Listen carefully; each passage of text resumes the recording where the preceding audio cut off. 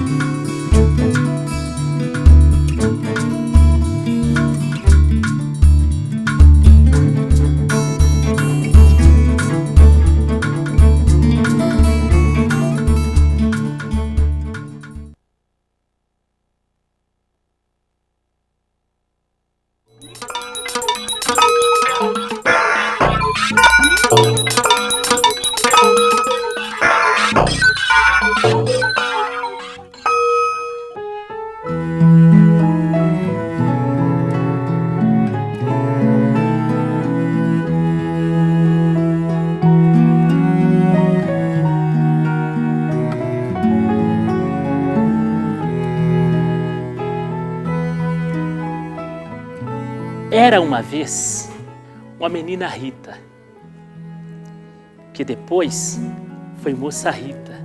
Tomada de paixão por ensinar, ao ver menino satisfeito, com um sorriso, preencher um vazio no peito ao perguntar: Professor, o que é isso? Isso é pedaço de mundo. Mas nisso de ensinar e aprender, somar conhecimento de um com o outro, havia grandes desafios. Um deles, talvez o maior, era ensinar menino a ler e a gostar de ler e de escrever.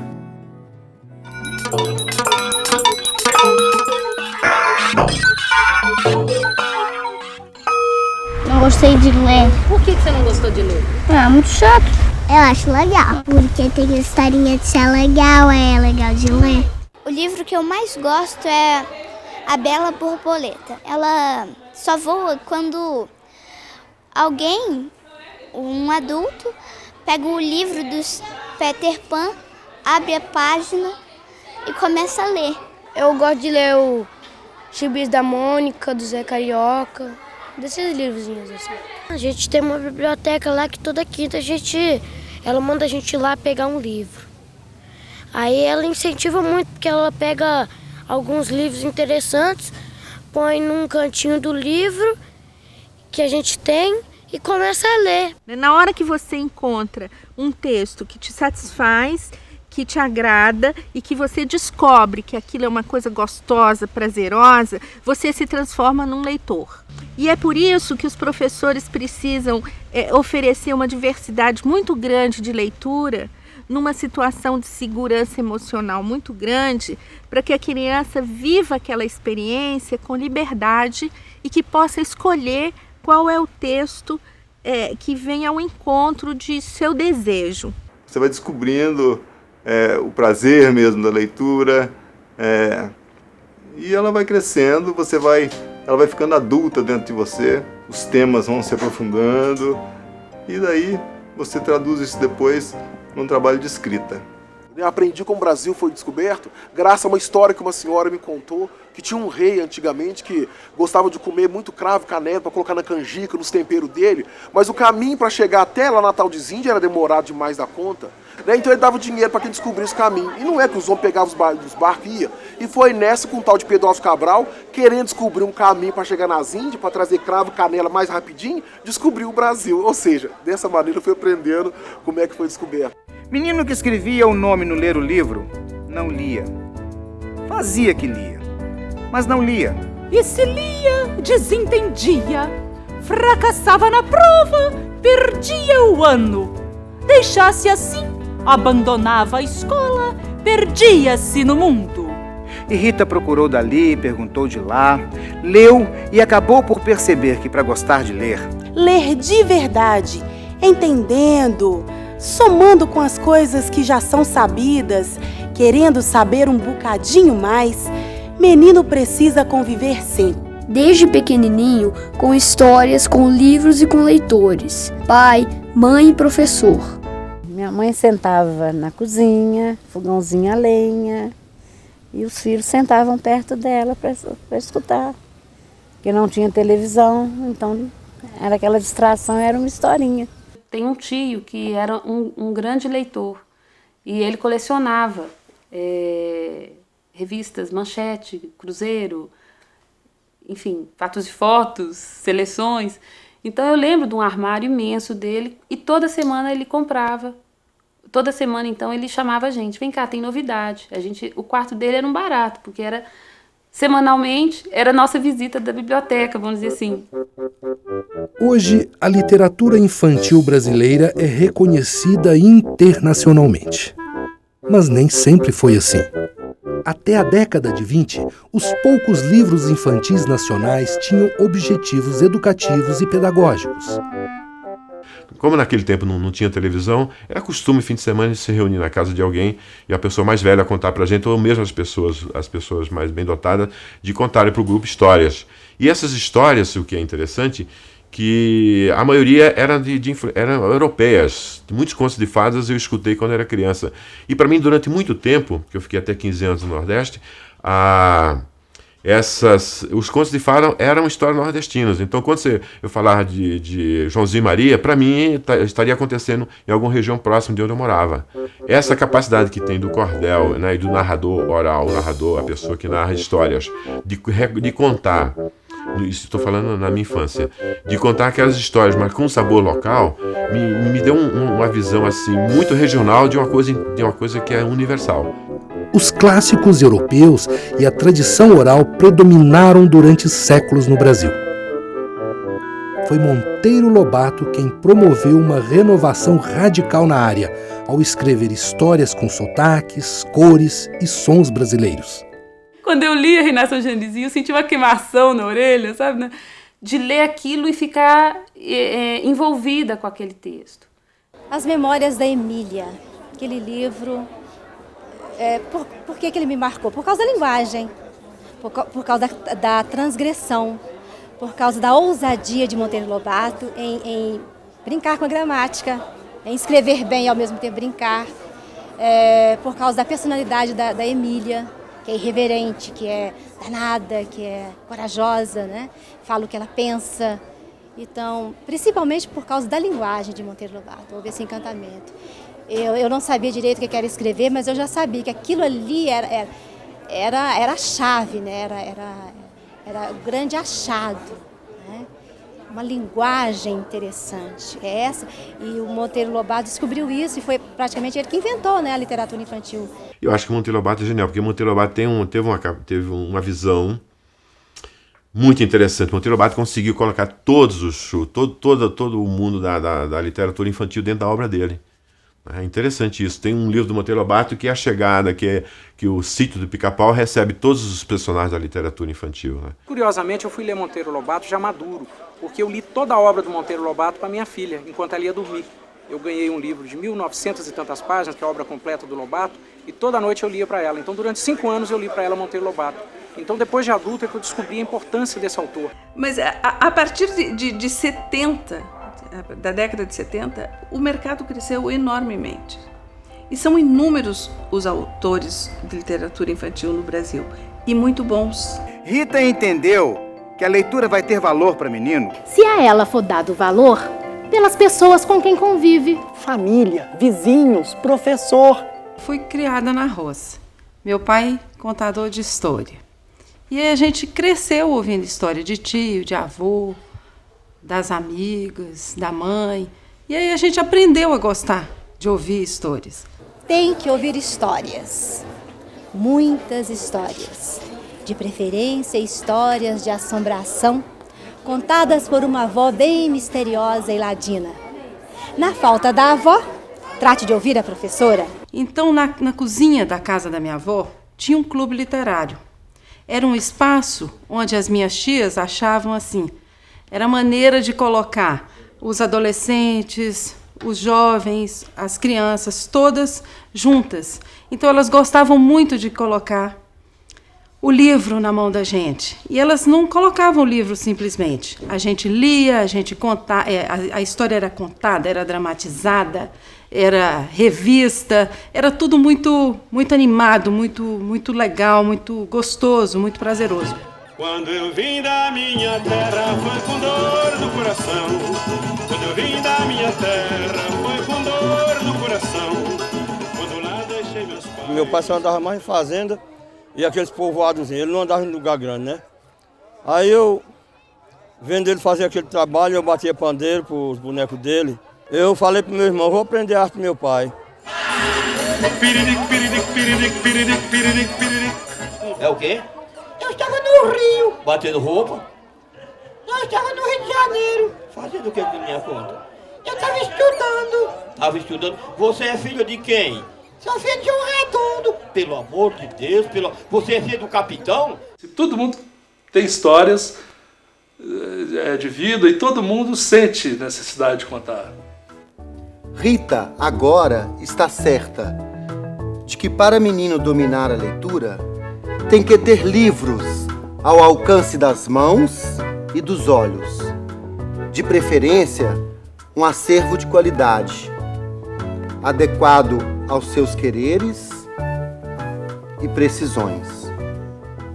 O acervo de qualidade é aquele que traz todos os tipos de gêneros para a criança e o adolescente poderem ler com prazer, para se informar, para pesquisar, com os vários tipos de possibilidade de comunicação entre um leitor e o texto escrito. Então, a qualidade ela vem da onde? Da possibilidade de você encontrar autores consagrados e também autores que estão aí renovando essas possibilidades de cultura, de interpretação da cultura. É preciso ter tempo para ler, é preciso ter um espaço confortável de leitura, é preciso ter livros disponíveis, é preciso ter motivação, estímulo, mediação, né? O professor fale um pouquinho do livro, desperte o desejo de conhecer aquele texto. São vários requisitos para que as condições ideais de acontecimento desse encontro ocorram.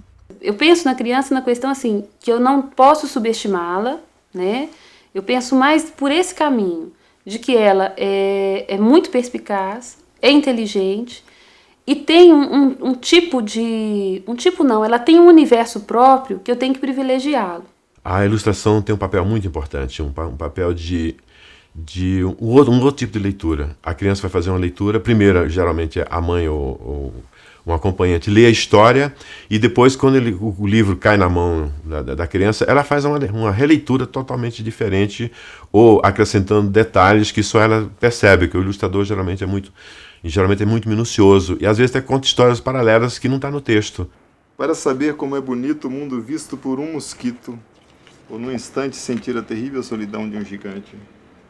Quando o mundo vira uma geladeira e você um pinguim, nos dias chorosos, ou quando a terra se bronzeia, para sentir aquele medinho gostoso, ou quando quiserem fazer você de bobo, leia um livro. Quanto mais a gente lê, mais a gente dá valor. Para ler, menino grande e pequeno, tem que ter tempo. Educador consciente sempre é muito paciente com o jovem aprendiz.